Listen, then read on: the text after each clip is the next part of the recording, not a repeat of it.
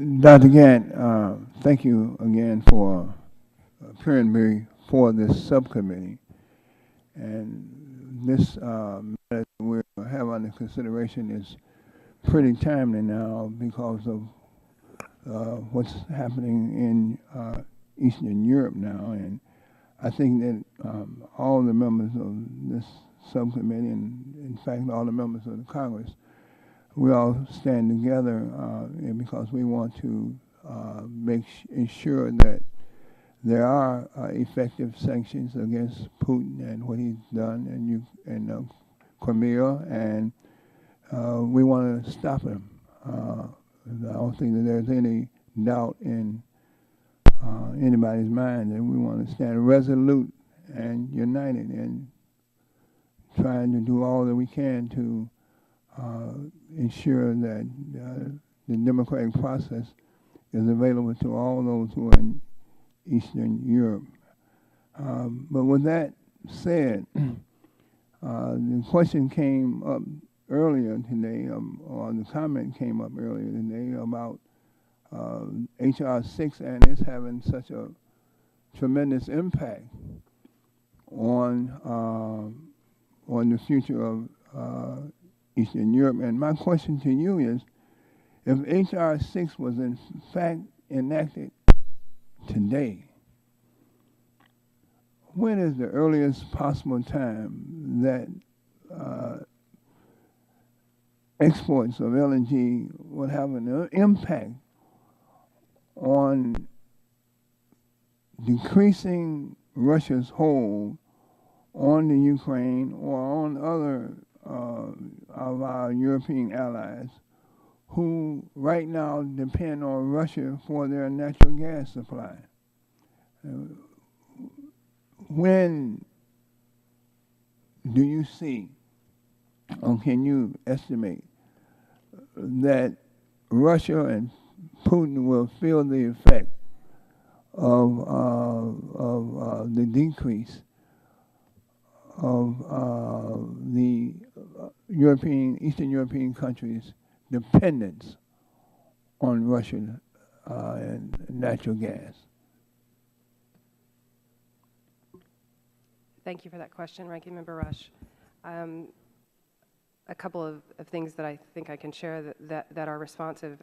And first, I would say that we are tremendously concerned and moving to take immediate action to help our allies in Ukraine and across Europe and take the situation very seriously.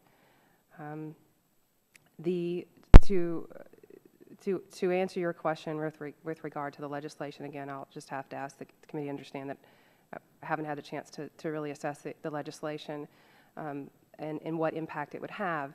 But what I can say is that our understanding of the way that the timeline on which projects are moving is that the earliest point at which we could export substantial volumes of liquefied natural gas from the lower 48 would be the third quarter of 2015. So regardless of what happens with a change in legislation, because the first final approval, the project that has final approval is moving along in its process at FERC. However, there are other things that we can do to help the Ukraine and our European allies. The administration is keenly aware of these and engaged in looking for ways to provide financial and technical assistance. Also, there is the possibility of reversing pipeline flows in the Ukraine should Russia actually turn off the tap, so to speak. That hasn't happened yet, but there are efforts underway to prepare for that eventuality and reverse pipeline flows so that gas could flow from Europe into the Ukraine. And importantly, as has been noted before, our increase in domestic production in recent years has allowed us to significantly reduce our reliance on imported liquefied natural gas.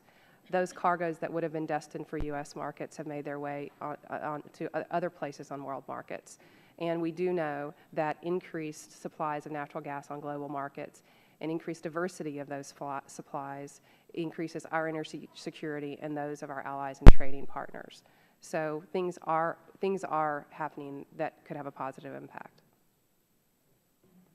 You have not been able to really look at and do your due diligence on this bill. and that's understandable. But is there any way or any the effect of this bill, any bill, right now that will come out of the Congress on remediating the issue or helping the Ukrainian people is really is this kind of it's not really certain right now. Any legislation that this Congress will impact won't have an immediate effect. Is that what you're saying in essence? The gentleman's time has expired, but I would like you to go on and answer his question. I would have to beg your patience that I'm not in a position to opine on actions that this body might take, but I can say that we are proceeding with the guidance that you've given us and working as expeditiously as possible.